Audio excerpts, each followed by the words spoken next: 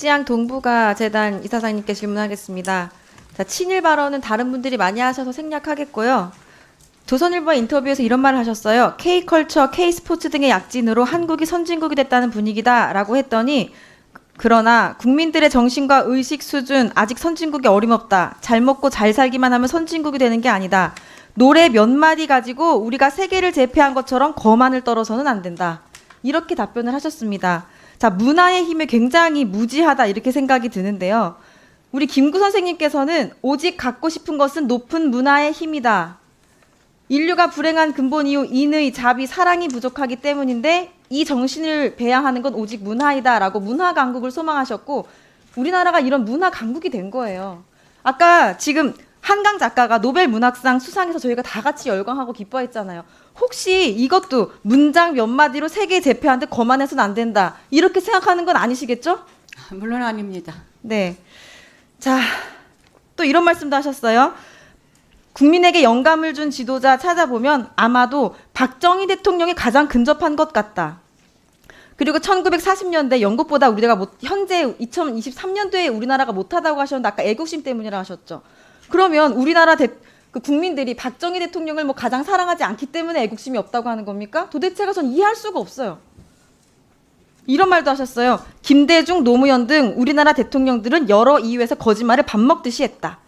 자, 김대중 대통령 노벨 평화상 수상하신 분이고요. 노무현 대통령 우리 국민이 가장 사랑하는 대통령으로 뽑히신 분입니다.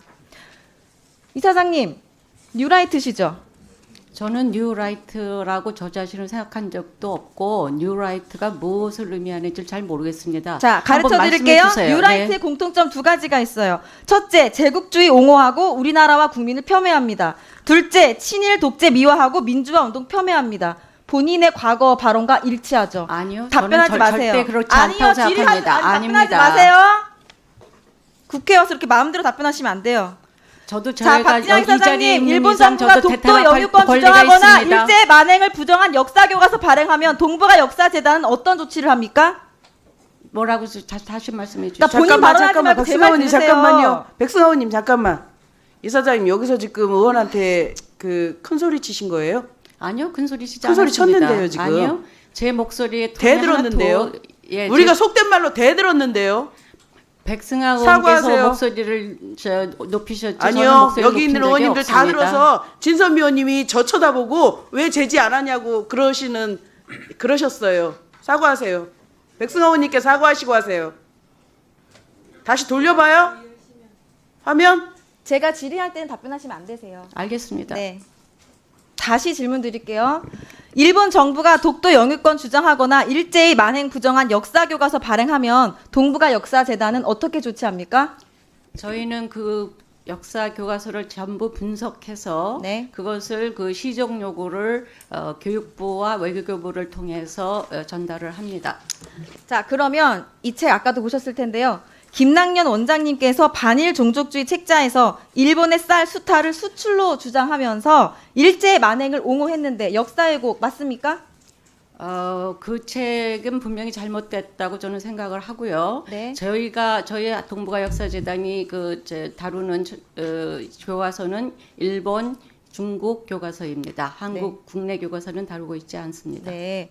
자, 동북아 역사재단 박지양 이사장께서 김낙년 원장님이 쓰신 이 책 역사 왜곡했다고 말씀하셨습니다. 김낙년 원장님, 많은 국민들께서 뉴라이트 역사관 가진 원장님은 역사기관장으로서 부적절하다고 하시는데 사퇴하셔야 되는 거 아닙니까? 저희 학자로 아까 말씀드렸지만 학자로서의 제 개인적인 생각하고 그러니까 기관장으로서 취임해서의 어떤 그 생각은 조금 다르게 생각할 필요가 있다고 생각합니다. 자신의 10년대로 살아가는 게 인간의 본성이에요. 본능이고요. 뭐 두 개의 자아를 갖고 계십니까? 그런 게 아니고 그러니까 기관장으로서의 어떤 그러니까 그 의무에 충실할 필요가 있다라고 생각하고 있습니다. 그냥 본인의 본성을 속이고 국민이 원하는 대로 연기를 하겠다 이 말씀이십니까? 본성이라기보다는 제 학문적인 입장입니다. 그게 그 말입니다. 자, 원장님께서는 사퇴 거부했지만요. 저는 뉴라이트 역사관을 가진 한국학중앙연구원 김낙년 원장, 동북아 역사재단 박지양 이사장, 국사편찬위원회 허동영 이사장, 뉴라이트 3인방 다 사퇴해야 한다고 생각합니다. 이렇게 명백히 역사를 왜곡한 반일 종족주의 책을 제가 어디서 빌렸냐면 국회 도서관에서 빌렸습니다. 자, 이렇게 공공도서관에 아무렇지도 않게 비치해서 우리 국민들과 청소년들이 보게 해도 되는 겁니까? 최소한 이 책의 역사 왜곡 문제점과 팩트를 설명해주는 그런 자료와 함께 비치하는 조치가 필요합니다. 동북아 역사재단의 가장 큰 성과가 한일 왜곡을 바로잡는 거라고 아까 하셨으니까 동북아 역사재단에서 반일 종족주의의 도서관 비치 문제 검토해서 의원실로 보고해 주시길 부탁드립니다. 예, 질의하기 전에 김낙연 원장님께 질문을 드릴 거가 좀 제가 볼 수 있게 저쪽으로 좀 나와주시겠습니까? 민주당 김준혁입니다. 김낙연 원장님 혹시 제가 한국사 전공한 거 알고 계시나요? 예, 알고 있습니다. 예, 아마 들으셨을 겁니다. 그 이야기는 조금 이따 하기로 하고요. 지금 이 자료 보시면은 우리 한강 작가 데보라 스미스하고 같이 있는 이 모습이시죠. 이 한강의 노벨문학상 수상과 한국학중앙연구원이 인연이 있다는 거 혹시 알고 계시나요? 예, 보고받은 적이 있습니다. 예, 데보라 스미스가 2011년에 한국학중앙연구원 해외 우수 논문으로 당선돼서 500만 원 장학금 받고 또 관련해서 한국학에 대해서 북학에 대해서 깊이 공부를 하게 됐고 그와 관련된 내용을 통해서 제대로 된 번역을 할 수 있어서 한강 작가의 노벨문학상까지 이어져 왔다라고 하는 것이죠. 저는 이 점에 대해서 한국학중앙연구원이 정말 중요한 기관이라고 생각을 하고 있어요.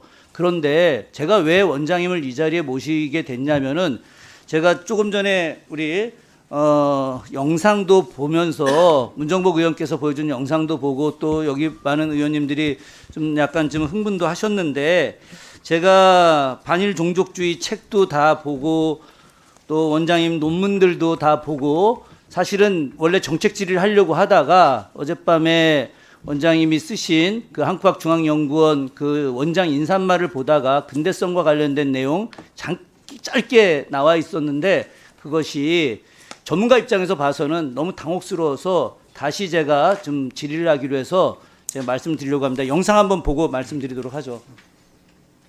영상 좀. 위기 한국의 근원 반일 종족주의 강의입니다. 교과서에서는 개인의 재산권마저 유린해서 조선인이 가지고 있는 식량이나 토지를 마구잡이로 수탈한 것으로 서술하고 있는데 그것은 사실이 아닙니다. 요약해보면 해방전의 조선 경제는 일본을 중심으로 하는 지역 통합체제에 편입되어 있었고 그로 인해 영내 무역이 활성화되었고 산업구조도 빠르게 변하고 있었습니다. 이 과정은 당초 자본과 기술에서 앞선 일본인이 주도하고 있었지만 조선인이 배제된 것은 아니고 조선인 공장과 회사도 빠르게 성장하고 있었음을 알 수 있습니다. 실제로 일어난 경제적 변화에 비춰보면 교과서의 서술은 초보적인 상식에도 맞지 않을 뿐만 아니라 당시의 실상을 얼마나 왜곡하고 있는지 알 수 있습니다. 거짓말과 엉터리 논리로 일제를 비판해왔고 또 대다수 한국인들이 거기에 너무나 익숙해 있다 보니 그것이 허구임이 드러나면 일제를 어떻게 비판해야 할지도 몰라 당황하게 됩니다. 허구를 만들어내서 일제를 비판하는 것이 국내에서는 통용되었을지 모르지만 그것으로 세계인을 설득할 수 있겠습니까? 제가 이 영상 악마에 편집한 거 아닙니다. 만약에 원장님이나 여기 위원님들 동의하신다면 전 영상을 다 풀로 틀어드릴 수 있습니다.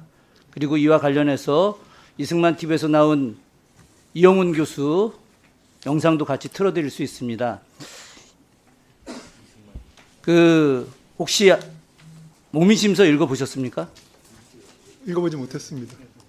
그래도 한국학중앙연구원장님 하실 정도면 국학의 가장 중심인 목민심서는 읽어보셨어야 되는데 목민심서 서문에 뭐라고 써있느냐, 수령으로 나갈 자, 공직으로 나가려고 하는 자는 내가 나가고 싶어서 나가는 것이 아니라 모든 백성이 나가라고 할 때 나가야 된다, 이렇게 서문에 써 있습니다. 이게 바로 공직자의 삼가함에 대한 이야기입니다. 그런 면에서 원장님께서 이 부분에 대해서는 매우 정말 잘못된 판단을 하셨다고 생각합니다. 그래서 제가 말씀드립니다. 조금 전에 영상에 나왔듯이 일본과 관련된 근대사 기술에서 우리가 지금 해방 이후에 한국 역사 교과서에 대한 기술이라든가 역사 근대사 논문이나 기술들이 잘못된 것입니까? 예, 그거는 제가 그러니까 경제사학자로서 그러니까 경제 부분에 대한 서술에 대해서 몇 가지 문제점을 지적한 것입니다. 그런데 지금 제가 아까도 그러니까 제 발언 때문에 그러니까 위원님들 불편하게 만드신 것이 있다고 한다면 제가 사과를 드립니다. 왜냐하면 저는 그러니까 학자로서의 제 생각이 과거에 있었던 걸로 좀 나타나고 있는데, 그러니까 그 연구원의 그러니까 그 원장으로서 공직에 취임할 때는 그러니까 학자로서의 생각 이외에도 그러니까 다른 여러 분들의 또 국민들의 민족 감정도까지 감안해서 그러니까 연구원을 그러니까 그 어떤 특정한 이념이나 어떤 사관에 그러니까 치우치지 않고 공정하게 운영해야 된다고 생각을 하고 있습니다. 자, 그러면 뭐 시간이 없으니까 짧게 여쭤보겠습니다. 이번에 사도광산 세계유산 등재와 관련해서 그 부분에 대해서 어떤 생각을 하고 계십니까? 제가 그 부분을 뭐 충분히 팔로우한 건 아니지만, 그러니까 한국인이 강제로 거기에 동원됐다라고 하는 사실은 우리가 요구하듯이 명기돼야 할 그러니까 점이라고 생각합니다. 그런데 이 책에 보면 우리 원장님하고 같이 저술한 이우연 교수는 강제 동원 말도 안 되는 거짓말이다 이렇게 써놨습니다. 알고 계시죠? 예, 알고 있습니다. 그거에 대해서는 어떻게 생각하십니까? 잘못된 생각이라고 생각하십니까? 그러니까 지금 그러니까 잘못된 점이 있다고 생각합니다. 예. 위안부는 매춘이었다. 이용훈 교수 그렇게 이야기하고 있는데 그건 그 생각은 어떠십니까?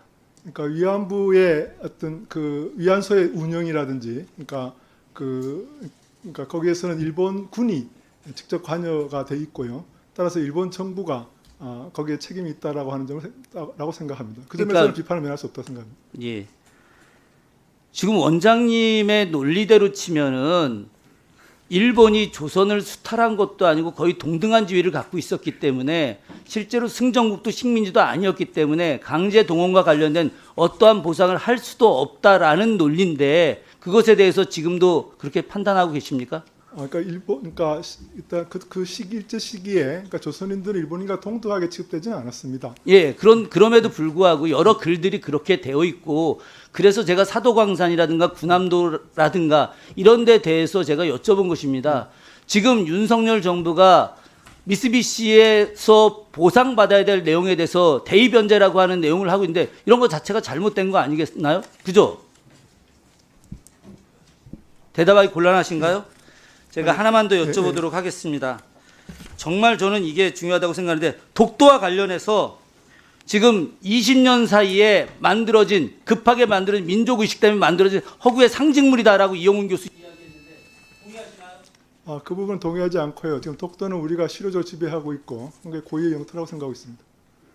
앞서 본인께서 직접 말씀하셨지만 원장님이 이 자리에 취임하는 것은 올바르지 않습니다. 저는 마땅히 사퇴해야 된다고 생각합니다. 그러나 이 직을 만약에 유지한다고 본인이 판단되시면 절대 어떤 이념의 판단을 가지고 한국중앙연구 운영하시면 안 됩니다. 그러면 절대 제가 가만히 있지 않겠습니다. 이상입니다. 네, 우리 김나경 원장님, 그 소유성을 지키는 수요 집회를 반대하는 시위를 하셨죠? 저는 그 집회에 참석한 적이 없습니다. 아니, 그 집회를 반대하는 시위 하신 적 있다고 그러던데 그런 적 없습니까? 전혀 없습니다. 그 수요 집회에 대해서는 어떤 생각을 갖고 계세요? 동의하십니까? 반대하십니까? 그러니까 지금 수요 집회는 뭐 여러 가지 국민들이 그러니까 여러 가지 생각들이 다양하게 있다고 생각합니다. 그러니까 반대하십니까? 반대 안 하십니까? 제가 뭐 동의까지라고 여쭤보진 않겠지만 수요 집회를 반대하십니까?